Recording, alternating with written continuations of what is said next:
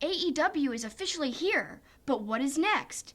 We got a peek into the future of the new promotion this week, and we will discuss what it could mean to the wrestling landscape. Meanwhile, the promotion that many AEW stars have left behind moves forward with Honor reigns supreme. We will preview the ROH show this weekend.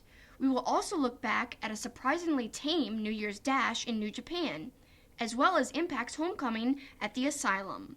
And we discuss WWE's tribute to a passing legend. It's all coming up next.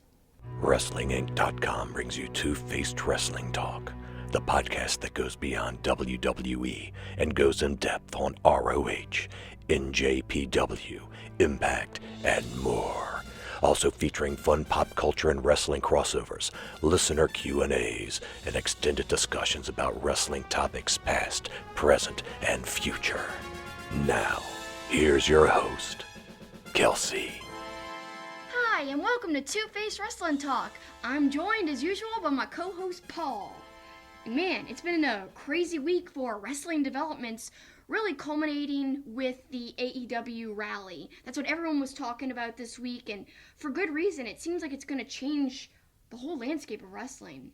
We will discuss that. We will see whether I truly believe it will change the landscape. Whatevs. Because I got to play devil's advocate a little bit, because everybody is so excited about it. Can't just blindly go in and think this is the greatest thing ever. Whatever. Got to bring some realism to it a little bit. I'm realistic. I'm excited about it. I've researched a lot about it. I've got it on good authority. It's going to be something good. Okay. What Well, else? I'm excited about it too. All right. I'm just tapering my enthusiasm. Whatever. I'm all about seeing the proof of things. All right. Well, before we get to proof and speculation and all this and really delving into what the rally was all about, let's tell everybody where to find us. You can find us on twofacedpod.com. There's a little tab called Find the Pod if you want to find out other platforms to listen to us on or view us on. If you want to check us out on YouTube, we have a video version. Also, check us out on Twitter at twofacedpod on Twitter, same as the website, and at Superkickingit with a G, SUPERKICKINGIT, for my Twitter, which I do a lot of polls, especially wrestling polls. Right now I've got one, which is the better theme song, Roppongi Vice or Roppongi 3K? Roppongi 3K, 3K, 3K. No, that's not the answer. The correct answer is the one about Japanese McGriddles and all this other stuff. That would be Roppongi Vice, the best. Well, and she's got that poll this week. Next week, she gets back to the t-shirt poll. Yes, I'm going to be putting the power in you guys' hands to choose which wrestling t-shirt I am going to wear. I'll give a choice of 2 or 3 shirts, and you decide.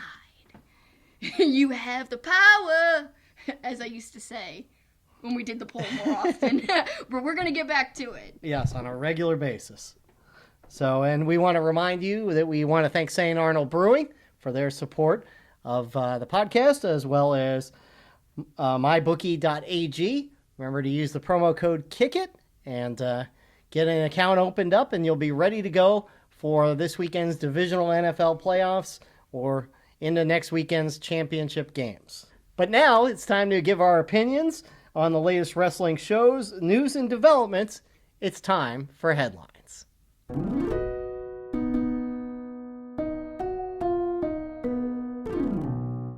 But of course, we are going to start where everybody is talking about the big event this week. It happened on Tuesday in Jacksonville. No, not WWE Smackdown, although there was some news out of that as it relates to the really big announcement in Jacksonville, which of course was All Elite Wrestling. And of course, I joke about the Smackdown thing because there was a rumor that WWE fans were being turned away wearing AEW shirts. There was video of it, too. Yeah, which means WWE views AEW as a threat. Possibly, but no matter if they think it's a threat or not, I think it is revolutionary. And it's kind of cool for wrestlers especially, and those of us covering wrestling, because there's so much more to watch and enjoy as a fan or a journalist. But for the wrestlers, there's so many places to work. They hired a bunch of people that was announced at this rally, including SCU. So that's official. Mm-hmm. Brit Baker, mm-hmm. one of the first talent signed, and she had some powerful things to say. She said, not only am I one of the first women signed, but I was one of the first athletes signed for this promotion, so they are taking women's wrestling very seriously. Very seriously. She kind of touted her academic accomplishments because she's actually like a dentist in real life. That's not a gimmick, it's a real thing. So she talked about that and how she's going to be an example for other, athletes, but also other women. So I liked that a lot, and I thought that said a lot about what they're going to be doing. And Brandy said they'll be having equal pay. Right, that's what I was going to say. As big of an announcement as Brit being there was, Brandy saying that the women are going to get equal pay to the men, right off shows how this promotion is going to be revolutionary. I think one of the biggest signings that was announced was Pac, aka, if you're not familiar, Neville, from WWE. He is amazing, and he was still in heel character, and he came out to challenge Hangman Page because Hangman said that it's been awesome hanging out with Cody and the Bucks the last few years. It's been the best time of his life. And then he said, but they made me hungry for basically the gold, he was implying, because they've all held gold except him. And he said he wanted to be the first person to have an AEW championship. He wanted to be the first champion. That's when Pac came out and stood basically face to face with Hangman, and I think that's going to be an amazing feud. Obviously, that's something they're already building up right now. That's exciting. They're already building up matches and stories. Perfectly done. I'm excited about that. But of course, maybe even bigger news was the news that Chris Jericho is going to be aboard on this process, and him being part of it and the subsequent quotes I've heard alleviated one of my fears that this is just going to be, remember I said this last week, last week, that this was just going to be another promotion, whereas I wanted it to be a bigger promotion. I want it to be something that can compete with WWE. That will obviously happen if they get a TV package, to which Jericho said, I wouldn't be part of this if there wasn't a TV package in place. Because he said that on Busted Open Radio when he was being interviewed by Bully Ray and stuff. So you can catch that podcast interview where he elaborates on that. He says he thinks it's going to be a big deal and that they are going to change the world. And he emphasized the TV deal. He kind of talked about that. And then Bully Ray circled back and was like, he didn't want to name names about what TV networks are in conversation with them, but he said, believe me, it will be a big deal. Then Bully Ray circles back and says, so wait, I'm not asking for specifics, but you're saying people will be like, holy, this is a big deal. And then Jericho said yes. Well, it seems like it's a big deal. We've heard TBS and TNT, rumors, obviously, because they had WCW, obviously then you bring in this whole other element of this is the second coming of WCW and the head-to-head versus WWE. But on the flip side, I think this will be better run than WCW ever was. I think that even though you've got a billionaire who's backing them, much like you did with WCW, I think the Jaguars owner, obviously we heard in some of the interviews, is much more invested in wrestling and much more knowledgeable about wrestling. So I think that's a big plus. If you want to know more about Tony Khan and almost kind of get a glimpse into his fandom, which goes way further than I even thought it did, check out X-Pac's latest podcast episode. He interviews Tony Khan, and he's talking about when he was 7 years old reading the Observer and tape trading at 12 and writing in results from WWF or whichever house shows he went to, writing in results of house shows and sending it into the Observer. That's crazy at a young age, so he's always been interested in wrestling, and even said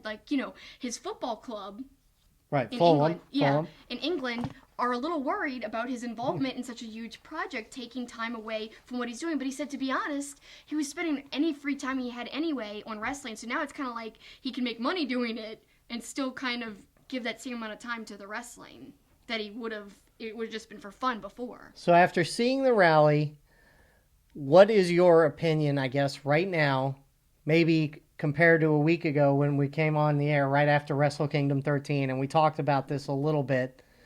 Where do you think this stands in the wrestling? We said it at the beginning in your tease, the wrestling landscape. Where do you think this is going to fit in, and how will everybody else fit in around it? everybody is talking about this one way or the other. I think this is something that we shouldn't downplay, because whether or not people are getting angry about how many people are talking about AEW, it's out there. People are getting in arguments over Twitter, like, WWE versus AEW loyalists and stuff already. And there, hasn't even been an AEW show yet. So there's already really a lot of talk and back and forth and people picking sides. So to me, that already indicates it's a huge deal. And whether or not it's good talk, it's talk nonetheless, right? And we always say that. It doesn't matter. But I just think it's big for the wrestling world, because the more I heard Khan talk on that podcast, the more serious it sounded. He was talking not only about being a fan and specific matches that he loved and all this other stuff, he was also talking about business. And he said that recently, he could have done this long ago. He's always been a fan of wrestling.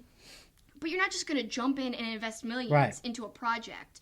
So it kind of makes me feel even better about how this promotion is being run, is that, yeah, he's a fan, but he didn't just do this 10 years ago just to do it because he had money. He really thinks that the landscape right now is ripe for this, that it's the perfect time to do something different, and that 2019 was timed perfectly because they knew that a lot of contracts, specific contracts, were going to be coming up, and that they would be able to acquire certain talent to build one of the best rosters ever. And that's what they want to do. They want to build a great roster, he said, and he wants to present stuff to the audience that they'll enjoy right then. Not anything, they don't want to show anything that they're not going to enjoy then unless it plays into a larger story later. So that tells me there's not going to be throwaway matches. There's not going to be throwaway bull like on Raw or Smackdown. Pardon me, but that's how I feel. Well, I agree with you on all of that, except for, and this is the part I still don't know yet, because, again, this only happened Tuesday. There's a lot that's got to go into this. All that's been announced is a couple of shows, right? Mm-hmm. So, to me, right now, this is no more than having a couple of all-ins, That's the way it kind of looks right now. Now, when I see a full schedule where they're going to tour and wrestle around the country, then I'm like, okay, this is legitimate promotion. This is whatever you want to call it, competition for WWE, whatever. And along those lines, depending on how many shows they have, you're going to have, you can't have matches where they go crazy every night. And I still think it's going to be New Japan or ROH quality, which is still higher than WWE quality. But are they going to, my point is though, are they going to tour like WWE does? That's the thing. And even if they tour like Ring of Honor or New Japan does, that's still a lot. Right. It's not like WWE tours more than New Japan does.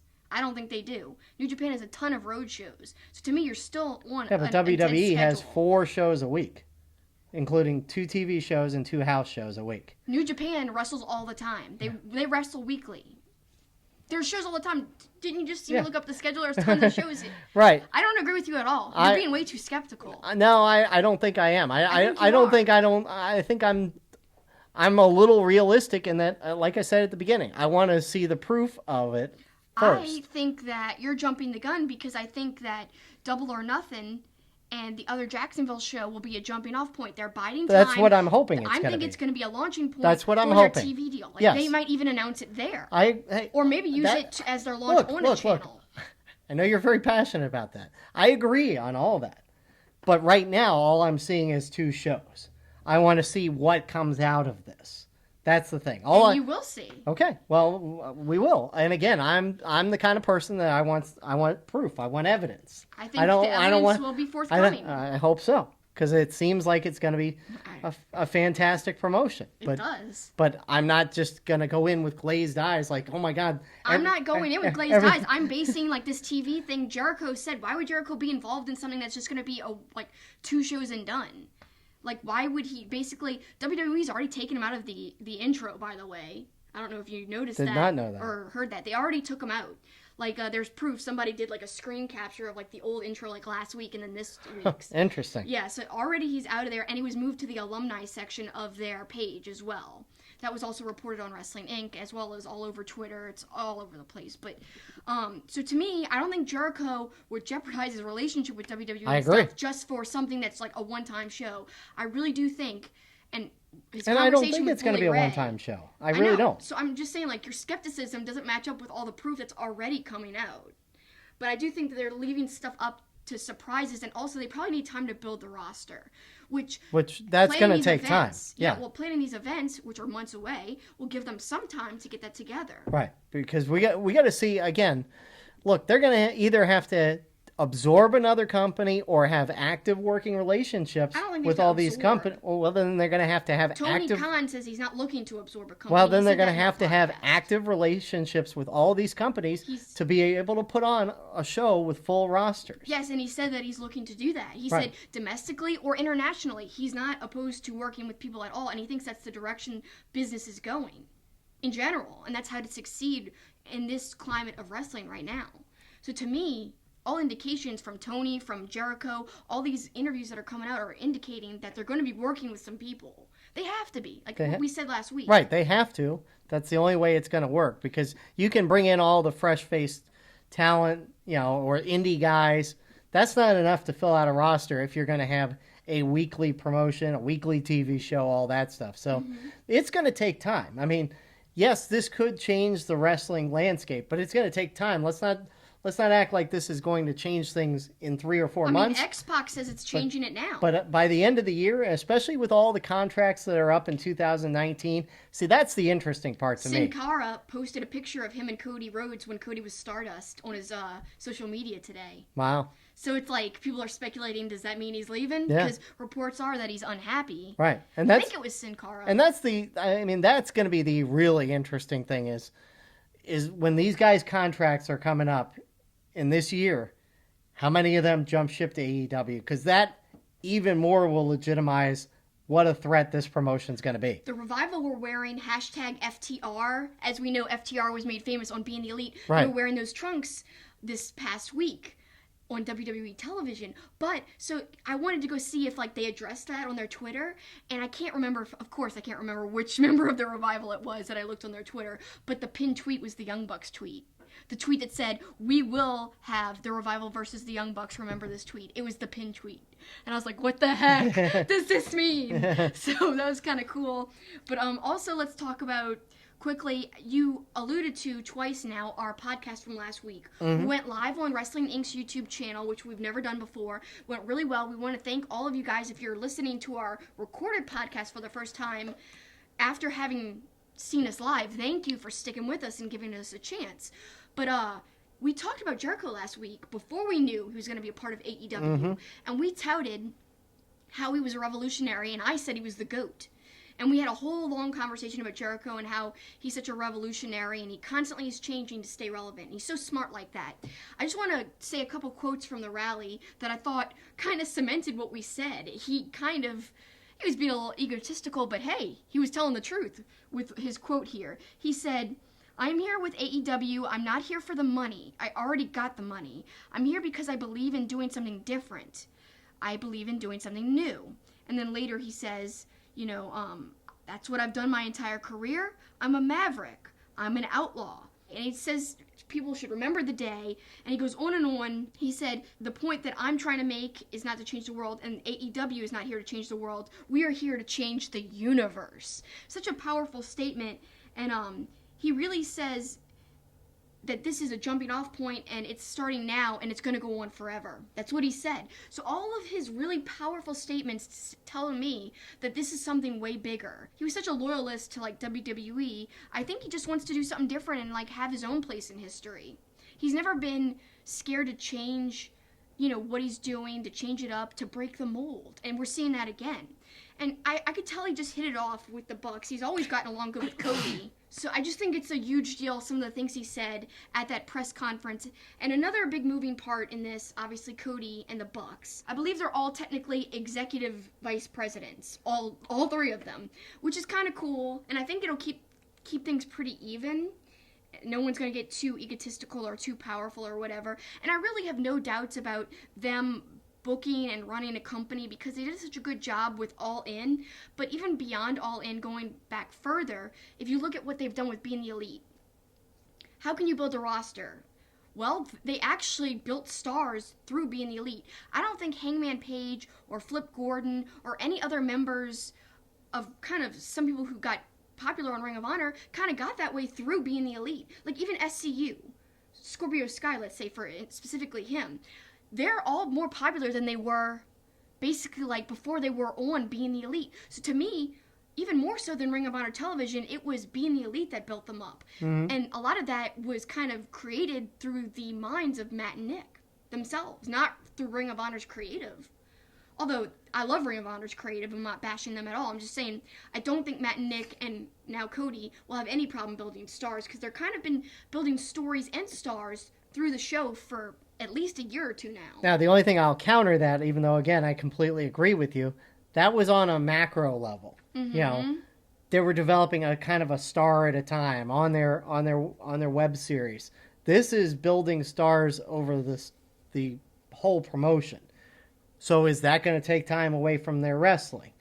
Are they going to have to be more of story developers than wrestlers? That you know, that kind of stuff is going to be interesting too. How much are they going to be more concerned about the creative side of it and the business side of it, and will it take away from them wrestling? That's an interesting thing to see as well. So maybe we all think that Being the Elite and the Bucks and Cody are the ones behind the forefront of the change. But you know what's crazy is that, once again, Chris Jericho is literally at the forefront of this new revolutionary venture.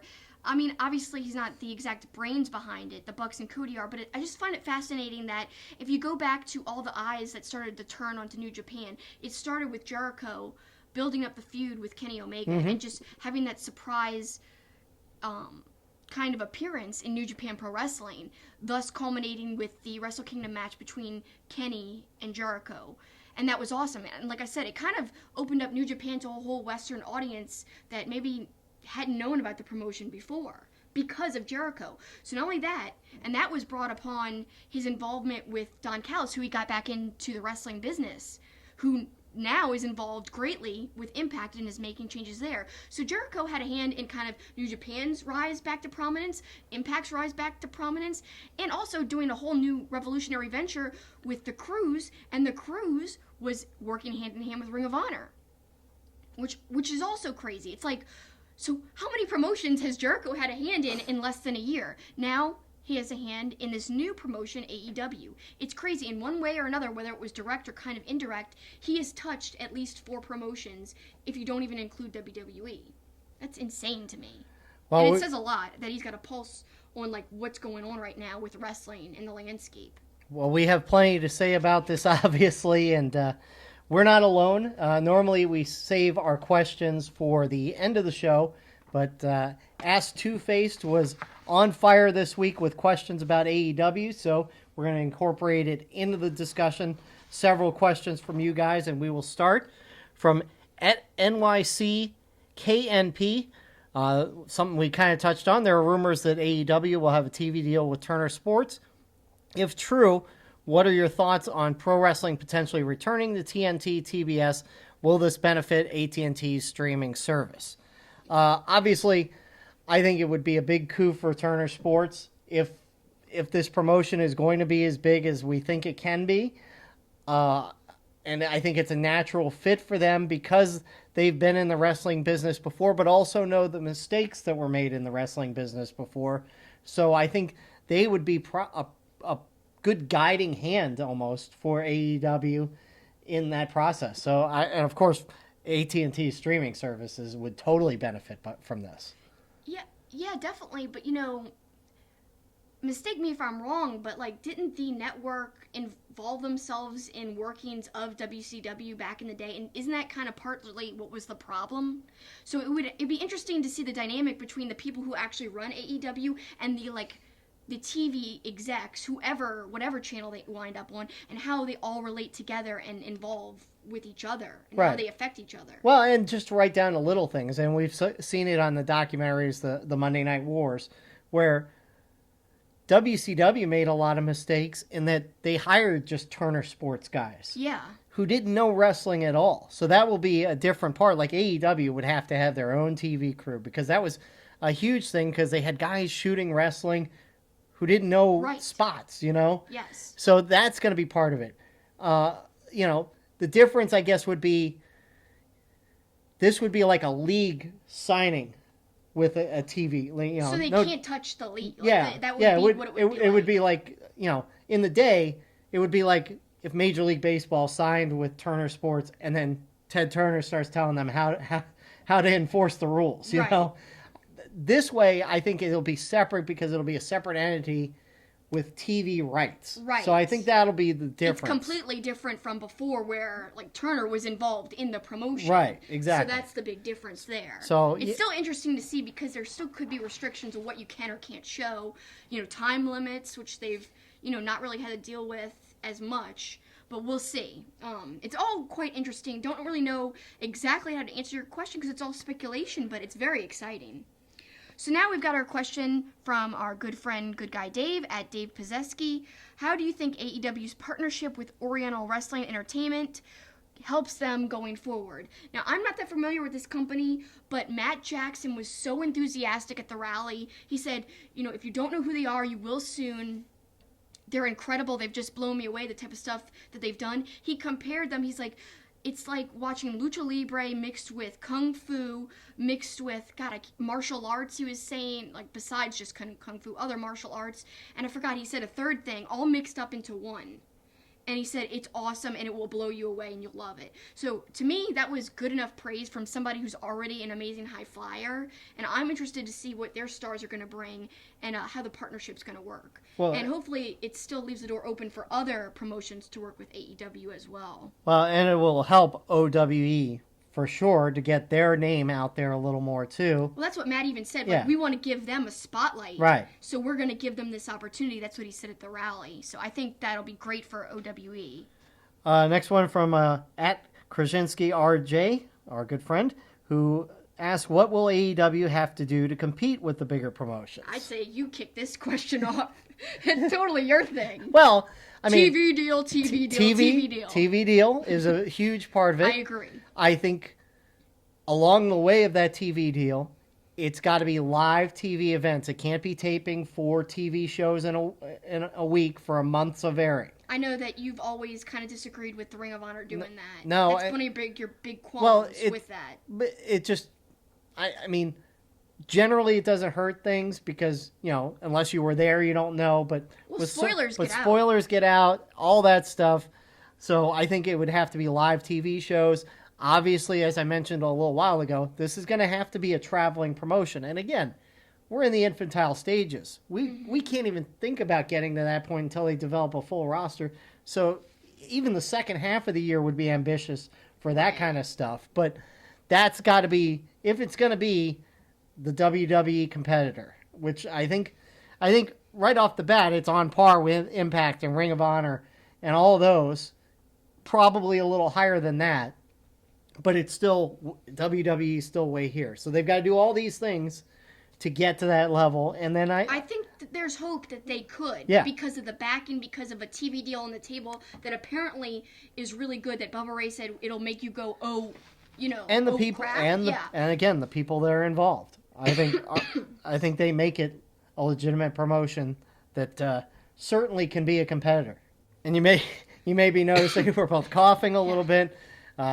Still a little sick from the Winter Classic, being in Chicago, staying up all night for Wrestle Kingdom, and obviously you may notice we're not talking about Wrestle Kingdom. That's why, because we had the whole live show about that. Yeah, we literally broke down every match. If you guys didn't catch it last week, please go check it out on all of Wrestling Inc.'s audio platforms and on their YouTube as well, like usual.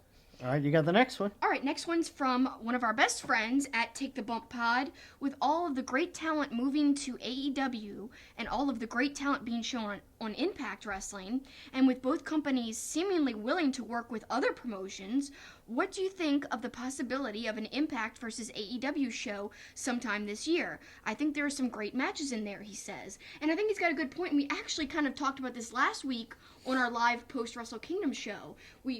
We're going in and out of talking about AEW because of so many big developments with so many people leaving for AEW and dropping belts from New Japan. Now, I think we could definitely see an AEW Impact versus situation.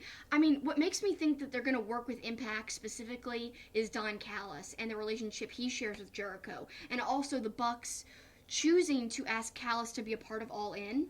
To me, that all says a lot about the relationship between, like, a lot of the main players. So I definitely think we could see some Impact versus AEW matches, and some that I'm looking forward to. We talked about last week, LAX versus the Young Bucks. I saw it on the cruise, and it wasn't shown anywhere else. It wasn't shown on the Jericho pay-per-view that was shown on ROH. It was only on the cruise, and it was incredible. To me, it could have been match of the year. Like Lucha Brothers versus Bucks. Although technically they're also with Lucha Underground, but I still think it could work. Well, and I'm sure some people will say, well, why would Impact do that? Because AEW is a competitor. And that is true. But I think Impact, almost by necessity, would have to be a partner with AEW. Because if they go the contentious route, I think AEW would end up burying Impact. I don't think they'll be contentious because Callis was never like against New Japan. He still does commentary for them, and that's technically a competitor. Right. Now, it's not a domestic competitor, but it kind of was partnered with ROH, who technically could be considered a domestic competitor to Impact. But Don Callis never let that stop him from doing commentary with New Japan. So to me, I just don't see any big conflicts happening, but it's still, it still might not work out to where they partner. But just imagine the matchups like Sami Callihan versus Hangman Page. I'd love to see that. Or heck, Pac versus Sami Callihan. I love Sami Callihan, so basically Sami Callihan versus anybody. That'd be fine for me. Next one is from @metal_2006. Excuse me. Who else do you think AEW adds in the women's division? And this is an interesting thing because I think the women's divisions are kind of fractured, between Ring of Honor and Impact. And it would be nice if everything was just in one division. Like Jordan Grace. Like, that's somebody we were just talking about, Impact versus AEW. She officially signed with Impact. I'd love to see her, wrestle people with AEW. Because she's, to me, one of the best women wrestlers on the indies. Or non-WWE scene. Right. I'm sorry, Impact's not an indie. But on the non-WWE scene, I do think Madison Rain's one of the best women's wrestlers out there right now. There's some people you'd really have to go and try to get, because like you said, they're all over the place right now. Right. Japanese women, Brandy teased a partnership with some great Japanese women wrestlers, which would be awesome to see. Yeah, they're going to have to, because there are not enough independent female wrestlers out there, I think, to fill out a roster. So you're going to have... A lot of them left for NXT or WWE. You've got Kelsi. She just left. She just went to NXT, right? Yeah, and she would have been awesome. Chelsea Green, we're talking about. Yeah. So yeah, it's hard because it's so fractured. You would almost like somehow ROH, Impact, and AEW to just have a women's division together. Yeah, I would, because I think it would be way deeper than this fractured thing. But Brit Baker, she's a good starting point, Absolutely. A good jumping off point. She was great in that Fatal 4-Way at All In. That was one of my favorite women's matches of the whole year in any promotion. Absolutely. Including NXT, which actually has the most stacked women's division right now. I think that Fatal 4-Way at All In really contended with what they're doing and was almost just as good, if not better. And speaking of Chelsea Green, I just want to kind of make an interesting point.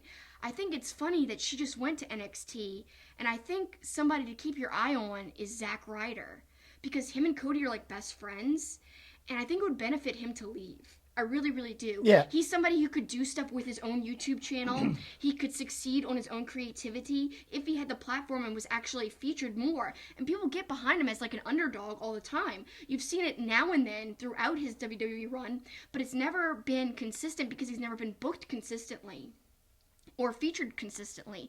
So to me, it would really benefit him to leave, which is ironic because Chelsea just signed with WWE, Right. which makes me think that he might not. But you never know, considering I was surprised Brit Baker signed with AEW when her boyfriend and lover of her life, Adam Cole, Right. is doing great at NXT. So it's all very interesting to see these moves. I'm so glad Brit decided to stick with AEW and do that direction, because she's a great building block for them and somebody they needed. Absolutely. So let's move on. I know we jumped around there, but I think it's so many interesting points to talk about. Our next question comes from our good friend at Mr. Bagshaw. So this is from our good friend Graham. With the second AEW event scheduled to be a fundraiser for victims of gun crime, will this have an effect on some people watching AEW? Even with there being a big difference between supporting the Second Amendment and supporting victims of gun crimes. This is an interesting discussion, but I think that is the important distinction. Yeah. Because I think, look, I'm not going to delve too much into politics, but I think anybody who's a defender of the Second Amendment still doesn't want people to be victims of gun crime. So And I think they still are sympathetic to victims. Right. So how could you be against a show that literally is supporting people who have been affected by crimes? Right. Because yes, they might support guns, but they don't support crime. Right. I don't think. No. I hope not. I really hope not.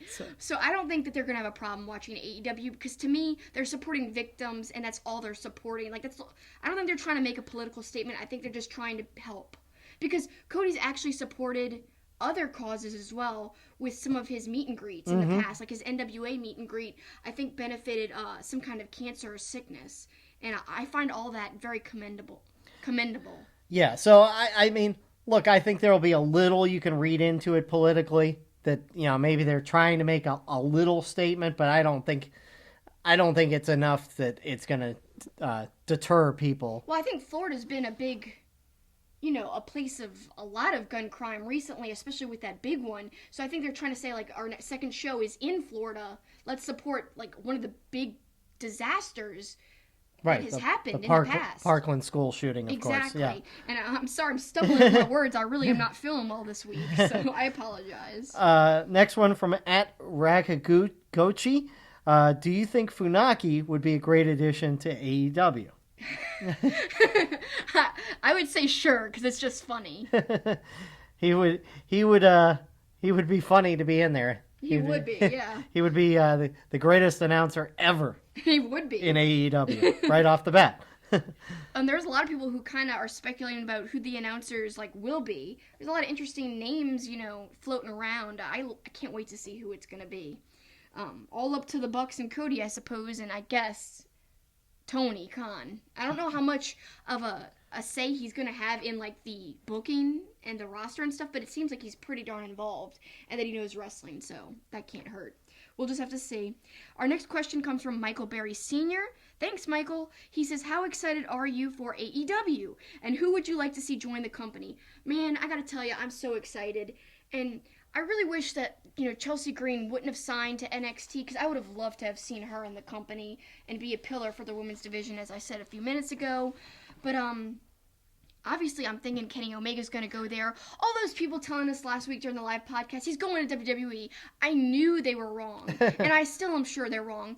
His contract ends in about, I think 2 or 3 weeks. So they couldn't announce him during the rally. But, the ending of the latest Being the Elite teased that he was going to be signing with AEW. And I really don't think that his whole platform the last few years has been change the world.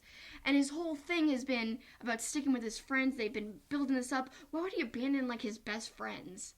Yes, money talks, but I just don't see that happening, because I think there's been promises made behind the scenes that they're going to stick together. So I was not in doubt, and I think Kenny will be a part of the company. And I'm so excited for AEW. And StarCast too, which we'll see Michael there, I'm sure, in Las Vegas. Absolutely. Yeah, I mean, again, with all the contracts that are coming up, it'll be interesting to see.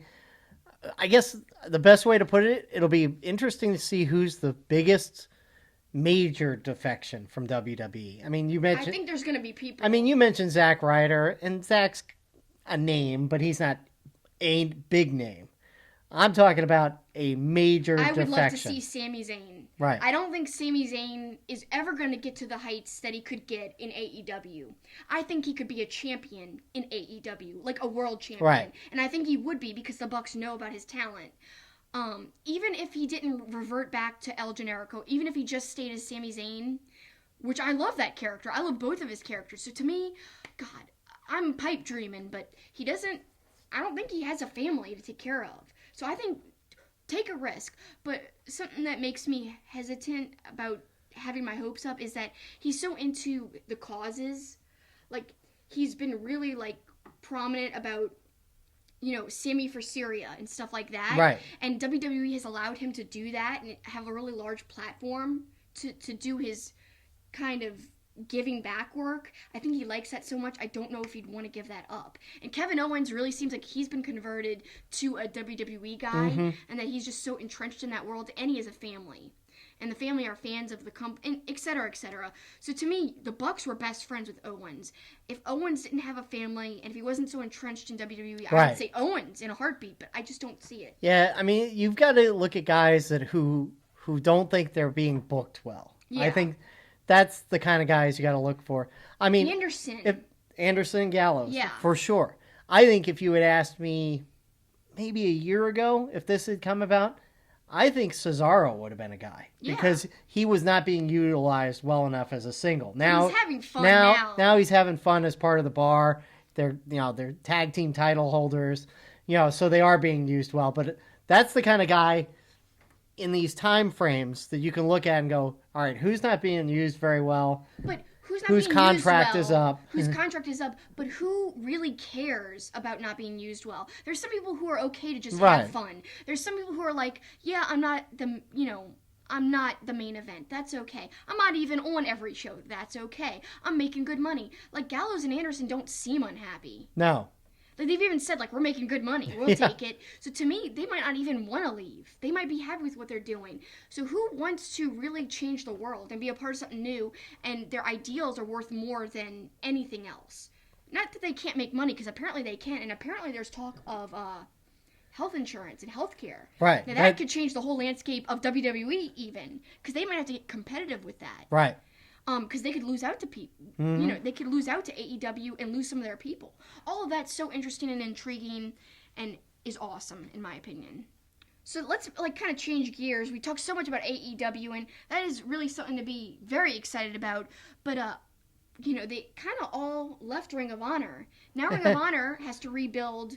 Now, we're still uncertain. Will it be completely without people who are now a part of AEW? Or will it be with them? We'll have to see. But right now, they are building their next show, which is coming up this weekend. Actually, on my birthday, January 13th. They're doing Honor Reigns Supreme. And the card looks interesting. I actually watched the latest episode on Ring of Honor's YouTube channel, The Pinnacle. It's episode 5, and it was called Peacock Reincarnated. And it was building up, basically, Dalton Castle's challenging again for the world title against Jay Lethal, and actually it made him seem very sympathetic. It was such a well done video. I really enjoyed it a lot. Got a lot of great B-roll footage, and it just had him talking about how people never took him serious even when he was the champion, and how he wants to prove not only that he could beat Lethal, but that he's serious and a serious contender for the title no matter who he's challenging.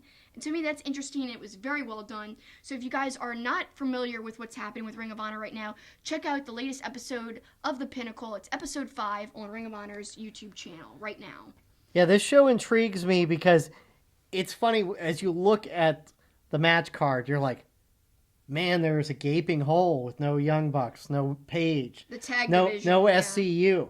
I mean, it looks like, holy cow, where is everybody? But there are some matches I'm really intrigued by. I think the one I'm most looking forward to is seeing Villain Enterprises together against the Briscoes, and Silas Young. The Briscoes are my boys. Yeah, but I'm really interested to see Villain Enterprises, and we saw Brody King at PWG.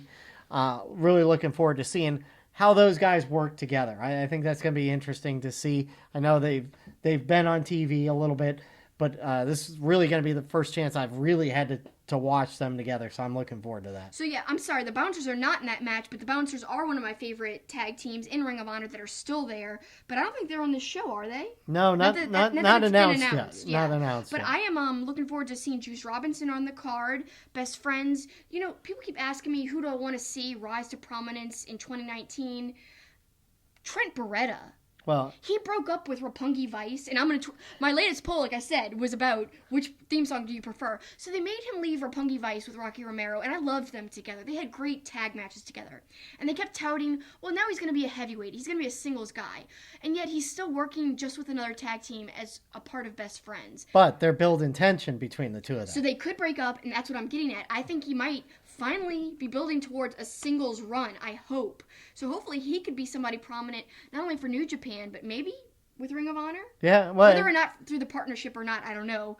If it's just going to be co-branded shows or if he could possibly be just on Ring of Honor shows as well. But I want to see him have a breakout year. Yeah, me too. And I forgot to mention that last week. And look, if they have the breakup here at this Ring of Honor show, then you set up a great match between him and Chucky T down the road. So I can't wait to see that'll be tremendous as well. So somebody else on the card, I think we're going to see the first basically big show for Bandito, which will be awesome. We saw him at PWG as well. We did, and now he's a full-time member of the Ring of Honor roster, and that's going to be awesome to see his first full-time show with the company. And then he's against PJ Black, and it's important to know that because I didn't know a lot about PJ Black recently, but I watched NWA's YouTube channel and the latest episode of 10 Pounds of Gold, which basically told me all about PJ Black because he's actually, before he has his match against Bandito, he's facing Nick Aldis on the 12th in Ring of Honor at their show at Center Stage in Atlanta for the 10 Pounds of Gold. And so, I didn't know this, but PJ Black got injured base jumping. He basically not just broke his ankle, he said, like, twisted off. And not off like it was off of his body, but all the tendons, all the muscles, everything was basically destroyed. They had to rebuild his ankle. That's insane. So it showed him in a pool, beautiful B-roll shots on this episode of 10 Pounds of Gold. Rehabbing, rebuilding that ankle. And I'm like, wow, it makes you invested in him because now he wants to get back, and keep living his life, basically. He said, I'm not going to let this stop me from living my life. I'm not going to stop base jumping, and I'm not going to stop wrestling. Doctor said I would never wrestle again, but here I am. I just think that's a powerful story, and 10 Pounds of Gold has consistently, if you look all the way back to the very beginning, and then, of course, with Cody and Nick building to All In, it's done storytelling very, very well, and it's continuing to do that with or without Cody. It's still doing that with Aldis, with every challenger he's facing, and I can't wait to see, because I think it's going to be available for Honor Club members. I can't wait to see that match against PJ and Aldis. Should be great. Check out the episode if you guys haven't seen it. So Ring of Honor, Honor Reigns Supreme is Sunday night, and of course that TV taping between Aldis and PJ Black also coming up. On the 12th. Yes, coming up as well. And coming up with us, more of headlines. When we come back to Two-Faced Wrestling Talk, we will discuss the follow-up show to Wrestle Kingdom 13 and the surprising small amount of headlines coming out of that show, plus WWE, Impact, and more of your questions when we return. St. Arnold Brewing Company, located in Houston, is Texas' oldest craft brewery. Their goal is to brew world-class beers and deliver them to their customers as fresh as possible, making them the best beers in Texas and Louisiana.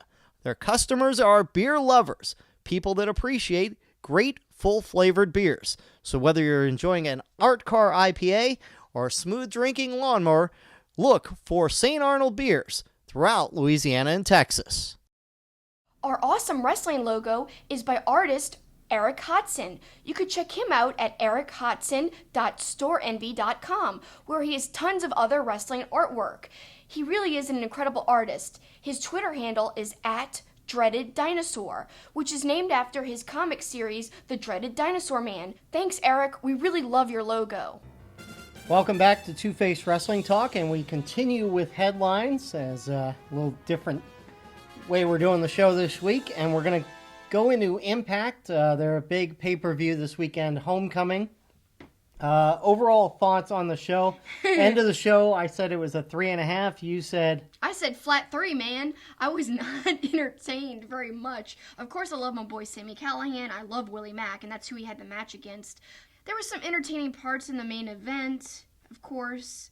And then my favorite match of the night was Lucha Brothers versus LAX, which I really thought might be one of the matches of the year. And I think we're going to write it down as one of the possible matches of the year to remember for the end, when we get to the end of 2019, to remember to mention it. But overall, besides that, like Tessa Blanchard versus Taya was not...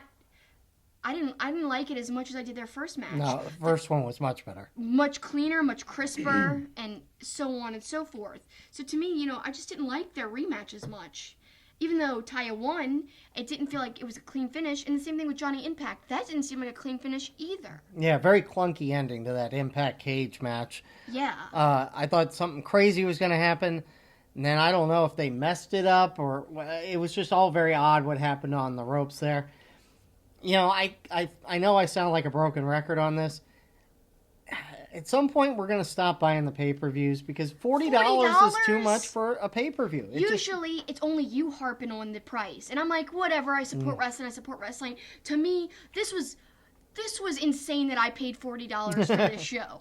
Like, I cannot believe I spent the money on that show. Now, LAX versus Lucha Brothers, I was happy about that. That, to me, yes, it was worth it, but I would have been much happier if I had paid $20. Heck, even $25. I pay $10 a month, and I get tons of great, awesome Ring of Honor content all the time. And that's because I paid for the whole year, but it basically boils down to about $10, $11 a month, and I get every Ring of Honor show. So to me, that's more worth it, and it's way more affordable. What's your New Japan subscription? That's $10 a month. Yeah, exactly. And that's high-quality matches all the time. It's not just once every 4 months. So average that out. You're paying $120 a year for New Japan, right? Right. And essentially, if you were to buy the 3 pay-per-views, although I think they have 4, but if you bought 3 Ring of Honor pay-per-views, that's $120. Where are you getting more entertainment? The $120 you're spending on New Japan, where you're getting all these great shows? Or you mean Impact? You said Ring of Honor. You mean Impact, right? I'm sorry, yeah, Impact. Yeah. The 3 Impact pay-per-views. Yeah. Sorry. Oh, yeah. You, even though I think they have 4, but so 3 at $40. 3 at $40 is $120 versus New Japan. You're paying $120. Where are you getting more entertainment? New Japan. I mean, there's no question at all. I'm not knocking the Impact roster. No. I love their roster. There's so many people I like when they're. And it's Jordan getting Grace. better and better. Yeah. Yeah, Jordan Grace. Obviously, you love Phoenix. Like, you're so high on Phoenix right now. I am. You keep talking about how great he is. I love Brian Cage, and he was in the main event. But to me, there were some weird parts in that match. Like you already alluded to, the finish. That was odd. It didn't seem right. It seemed confusing. There were so many parts in this, and let's talk about Callus on commentary. That was even weirder. How many times can you count that you developed the X Division? The Ultimate X, yeah. The Ultimate X match. I'm sorry. He even called it the X Division at one point. He developed that match. They must have said that like 5 times. Easily 5 times between him and Josh Matthews. And that match wasn't that exciting either. That was a huge disappointment because I was really looking forward to that. And it was good. There wasn't anything wrong with it. But it was underwhelming. Yeah. I know that's a term I've used on a couple things of late, but it was underwhelming. The only things that I really were truly entertained by, the LAX Lucha Brothers. I thought Moose and Eddie was really good. Great physicality on that. And considering I had a very low bar on it, Eli Drake and Abyss. That was better than I thought it would be. You know, I was expecting a 2 or a 3, and that was a 6 or a 7. So that was a little better than I expected, but again, not worthy of $40. And that's something they're going to have to evaluate. I joked with you that it seems like these promotions are picking up on things we've talked about. Now even more so, because there was the WWE announcement too. Well, 2 things this week. The WWE announcement about having a tournament during Royal Rumble week, which I said about 6 months ago on the podcast. Mm-hmm. But we talked about last week, or 2 weeks ago, the mistake of Impact going to Pursuit. Well, now they're going to also be on Twitch, which is a great decision because now more people will actually be able to see them. Now, they did say they want to have... So maybe they'll listen to us on the pay-per-view. Maybe they will, because it needs to be lowered on the price. But they did say they want to have a goal to have, I think it was, 15,000 subscribers on Twitch, and that means paying. People who pay to watch. So they do want to make money off of Twitch, but I do think it's a great idea to have basically a simulcast between... Because no one has Pursuit. Yeah, hardly we talked anybody. about... Somebody on the live show last week did say it's on DirecTV. I mean, there are places, but if you're like us, we have Hulu TV. It's not on there. I don't think it's on YouTube TV. So putting it on Twitch is a huge decision by them to... not completely lose their TV audience. Yeah, I mean, it had to be done. I really didn't think it was like, oh, this is just a luxury. It was a necessity, in my opinion. So I'm glad they announced that, but, going back to the pay-per-view, I just don't think it was worth it for $40. No. I'm not taking anything away from LAX. They're, like, one of my favorite things right now about Impact, as well as Sami Callihan. Of course, you love the Lucha Brothers, which I also love as well. But yeah, overall, was not my favorite part of wrestling this past week at all. Me neither. And let me just quickly, we always say this week after week, if you guys love the pay-per-view, more props to you, that's okay. It's always okay to agree to disagree. Tell us why you liked it. Tell us why you might disagree with us and our harsh opinions on it. That's more than okay. I respect you guys' opinions, and I actually want to hear what you guys think of it and why. So be sure to tweet us at TwoFacedPod. Or also at SuperKickingIt, SuperKickingIt. I'd love to hear your thoughts. I truly would. Let's shift gears and something else that I thought was a little underwhelming. Yeah, I know. It's a bad start for the year. I'm using the term underwhelming quite a bit. We sound terrible. We sound like... No, I guess I just meanies. I just have high expectations on things. I'm not saying just you. I'm saying me too. I'm being harsh as heck. Well, I think my negativity is rubbing off on you. Darn you, Paul. You've changed me. All your positivity. But no, another, again, good show. Very good show. New Year's Dash. Oh, very good. But we were expecting more on the surprise front, the dramatic storylines of Kenny. Yeah. We didn't even see him. Yeah. Or dramatic storylines. And we did get a couple talking points out of the show, so I guess we'll talk about that. LIJ going against Suzuki Gun, and they set up a feud coming up with Tai Chi and Naito for that Intercontinental title. Blah. Neither of us is big fans of Tai Chi. He has improved. But the physicality he showed in that match in New Year's Dash, if I could see more of that from Tai Chi, I'd be a lot more excited about him. I think that's what we're going for. I think that's what we're going to see and what they're going for, I should say. So, obviously, they're trying to build him up as a more serious contender, and what better person to do it with than Naito, of course, because he's had great matches, and he's going to be a great champion again. I'm glad he's got the IC title belt again. But, I don't know, just the feud doesn't excite me personally. Another talking point that we got out of the show, I think is kind of interesting. Now, I was touting New Year's Dash as such a huge show during our live podcast last week. Again, we're not talking about Wrestle Kingdom this show. If you guys missed our breakdown of literally almost every aspect of the show, very extensive, go back and check out our show from last week. You can find that on WINC's YouTube channel and on Wrestling Inc. on their actual site, WrestlingInc.com, and on all their audio platforms that you're probably already subscribed to if you're listening to us on the audio version. But we broke it down there, but I did tout New Year's Dash as a huge show, and we're now saying it was underwhelming. But another thing I talked about was my disappointment in Suzuki being on the pre-show of Wrestle Kingdom. And during New Year's Dash on commentary, they said that Suzuki was so disappointed he was on the pre-show that it was one of the most disappointing experiences of his life.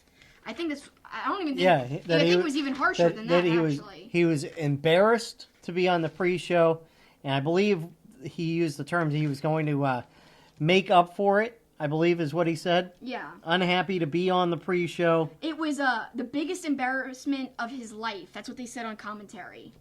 So yes, and I love how they're building a feud between Suzuki and Sonata, which we're going to see later. I believe it's going to be on February 2nd at one of the Road to New Beginning shows. And I can't wait to see that singles match.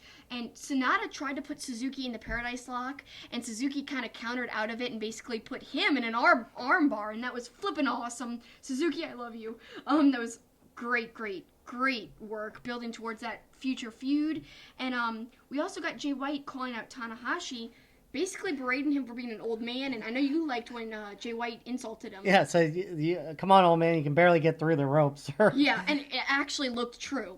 He did have trouble getting through the ropes. He did. Looked like. So I think we're in agreement that Jay White's going to be a future champion. And, and who knows if it happens this year. They certainly are building his character with a feud against Tanahashi. The only thing I want to circle back and mention about Wrestle Kingdom is we kept talking about X-Pac's podcast at the beginning of the show, talking about AEW and Tony Khan.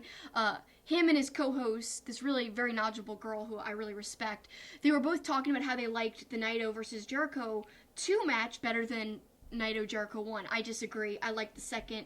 I mean, I like the first meetup way better than the second. The tripod spot in the first one was amazing. Nobody knows tripods are heavy as hell, guys. You guys don't know.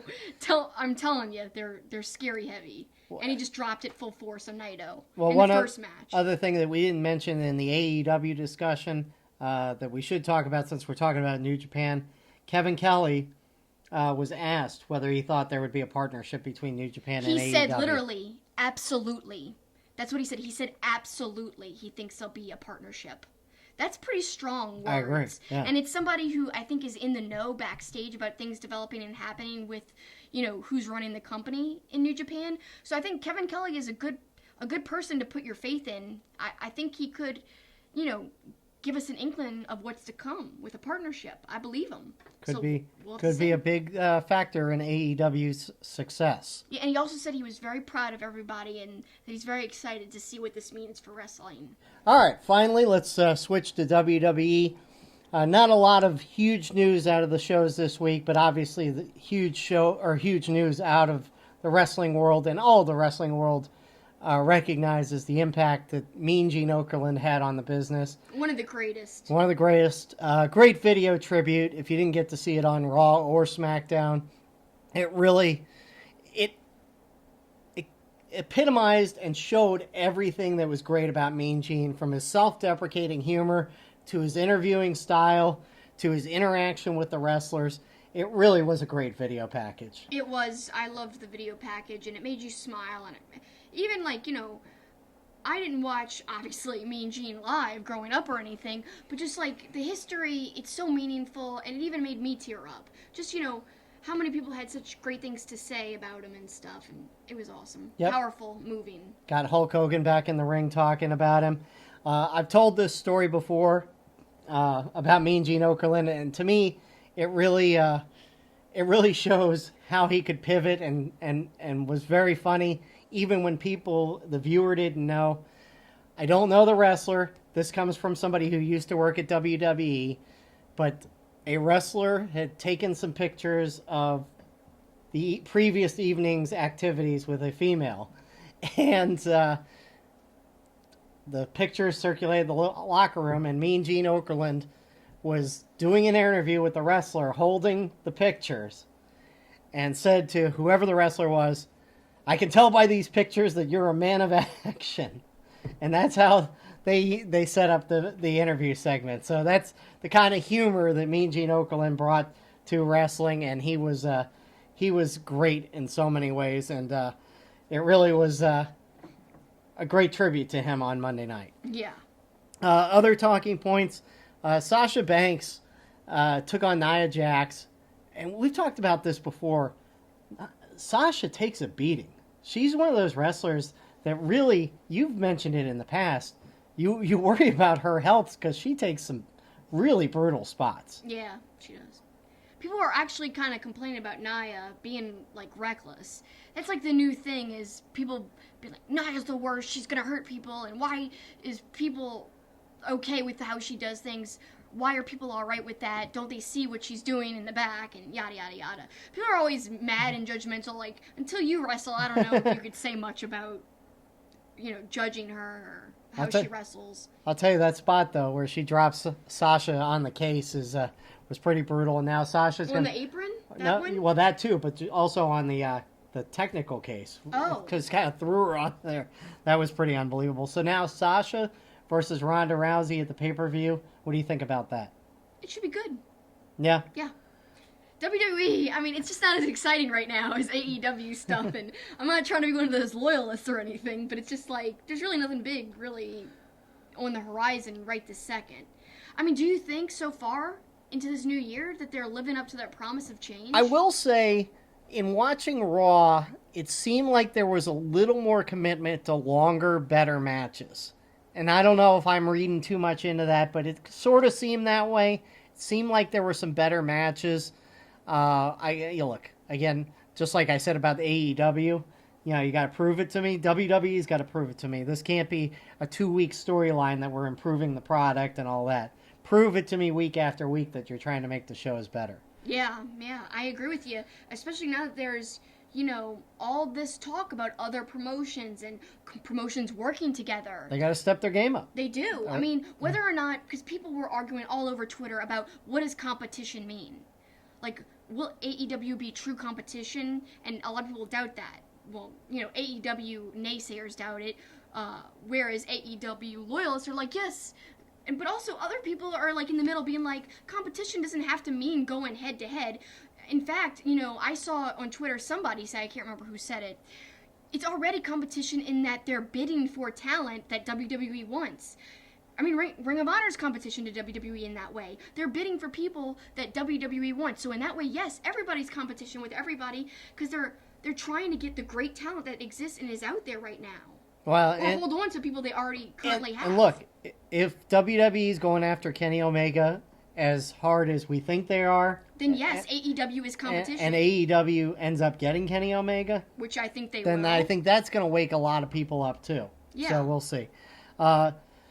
One other quick note on WWE SmackDown, the women's triple threat match to set up the number one contender to go against Asuka. It was Becky Lynch, Carmella, and Charlotte. I have to laugh at a little code line from Corey Graves because it was mostly a good match, but there were a couple sloppy spots. And Corey Graves, I've noticed this a couple times. He didn't even need to bring attention to it, but he said, "Oh, Carmella didn't get all of that one, but got just enough," which was code word for she missed that spot. Yeah. And he's done that a couple times, and it makes me laugh because he really didn't need to bring attention to it, but by him saying that, it brought attention to, okay, she really messed that spot up. Yeah. Well, maybe in case anybody saw it all, he was trying to cover for it, or he was just, being kind of like a funny, smart, smart aleck. Well, he is a smart aleck. He is, sure. and I like that about him. I actually really love that about him. He's one of my favorites. So Becky Lynch will go against Asuka at the Royal Rumble. Any other WWE notes? Nope. All right, well, then I guess it's time to close out the show and send them home. What do you got?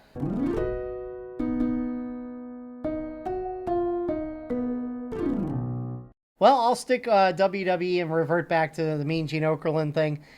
And wrestlers get older, announcers get older. Part of your history is always going to go away. But it really kind of settled in with me a little bit when Hulk talked about all the people that Mean Gene was going to go see in the afterlife. And it was such a significant part of the 80s and 90s for me. And he's listing off, Ultimate Warrior and Andre the Giant and Randy Macho Man Savage and so many greats gone. All these greats. And I know I've said this in previous podcasts. That was such an era. And again, that's when you had limited TV entertainment and things like that. I don't know if you'll ever have a more revered golden era in wrestling than we had then. Sorry, we had to take a break because the fire alarm just went off mid-podcast. The dangers of cooking, I guess. Even though there is no danger to us or our dog, everything's fine. Yeah, just thinks that some oven smell is fire, but it's not. But anyway, as to what you were saying, I do think that was a great era and a very special era, but I think we're about to go into a very unique it could be another golden era. If there's a lot of competition and great places for everyone to work, it could be a different style of era with just a different atmosphere. Of course, not all the amount of legends that used to be that have passed on. Right. But just in a different way. I still think we're going to see almost like another golden age in a way. And I think even Tony Khan has kind of made a statement saying something along those same lines. I think that's interesting. We'll see, but I think there's something to be said about that time. Of course. And those legends. And again, because it was such a narrow field of entertainment that I don't think it'll ever be matched. But we'll see. Yep. What do you got? What are you sending them home with? Quickly, two things. One, I've been touting this on social media, and I just want to plug it one more time because my favorite show of 2018 that you and I worked really, really hard on, man, we watched... I know you at least watched 10 or 15 Young Bucks matches. I watched at least 25 Young Bucks matches. We literally printed out 20 articles. On our way to All In, we spent the whole flight reading these articles about the Young Bucks. We highlighted them all about their influence on the business. We talked about their best matches throughout their career and what All In meant. We interviewed tons of wrestling fans, which we included into the podcast. We interviewed Dana Massey, which was also included into the podcast, about, the Bucks meaning to bring a shining light into the business and meant to bring forth change, and we're seeing that now. So the podcast is still really relevant, and I think we didn't talk a lot about it in the first segment, but the Bucks are such a huge part of this. Nothing like this, I think, would have been possible without the Young Bucks' influence and their ability to cross over into popular culture. And their ability to succeed with social media and like YouTube with Being the Elite, for instance. So to me, they're a huge component of AEW and AEW's future success, and even getting to this point to being able to launch a promotion. Of course, Cody's a part of that too, but if you go back and look at Wrestling Inc.'s YouTube channel, it was during StarCast weekend we released it. It was called the Young Bucks Special. I will tweet it out again on my profile at Super Kicking It. SUPERKICKINGIT. Look for that later in the week. I'll tweet it out again. It's truly one of my favorite podcasts we've ever done, especially of 2018, and I think you guys would enjoy it. It really is a comprehensive look at the Bucks, their influence, and it's really still relevant right now. It's not dated. We talk a little bit about StarCast, but it was more about overall their impact and what they could do, and even speculation about the future we did in that show. And also we included like sound bites of other wrestlers talking about the Young Bucks and how important they are, like Jay Lethal. We had Flip Gordon, we had Marty Scurll, we had Hangman Page. All those people talking about the Bucks and how important they are. We had Ian Riccaboni. So look out for that. I'll be tweeting it out on both Two-Face Pod and, like I said, mine, and I think it's something that I'm very proud of, and I think it's a really comprehensive look at the Bucks, and it's playing into what we're seeing now. And the second thing is, check out the Hair vs. Hair recap on NWA's YouTube channel, because David Arquette, my boy, I really enjoy him. People are tearing him down, but he's somebody who I think we should respect because he's a fan, and not only is a fan, but he's put basically kind of like, this is not the right word or phrase, but his money where his mouth is, in terms of he's supported wrestling with his money, but he's also paid his dues and has been really extensively trained. And he had a match with Tim Storm against Josephus and his spiritual advisor over the weekend at NWA's pop-up event that wasn't, streamed live or anything, but you could see the highlights of the match, and you could see who got their head shaved on NWA's YouTube channel. Very entertaining stuff, and I really like David Arquette and the dues he's paying in the business and how much he loves the business, and he's obviously invested in it, and I respect that. So I just want to make everyone aware of that match because it's kind of interesting. It's on NWA's YouTube channel, like I said, and it's funny that about almost exactly a year ago, a little bit more, give or take a few days, we were talking about a hair versus hair match back then as well, but that was between two different people in a different promotion. It was between Suzuki and Goto, and I was very upset that Suzuki had to shave his head, but he owned it and he shaved his own head. We also talked about that last week a little bit when we were talking about Suzuki only being on the pre-show of Wrestle Kingdom this year. But again, we started 2018 with a hair versus hair, and we started 2019 with a hair versus hair, just different promotions. So check it out. That's what I got for my closing out the show. Lots of information, a little bit of stumbles, coughing, fire alarm, we apologize. But we got through it, and I think we gave you a good bit of information, at least some interesting points to ponder. And we thank you, as we always do, for spending your time with us. It's very valuable, and we appreciate it greatly. But that's a wrap for us, and that's the finish.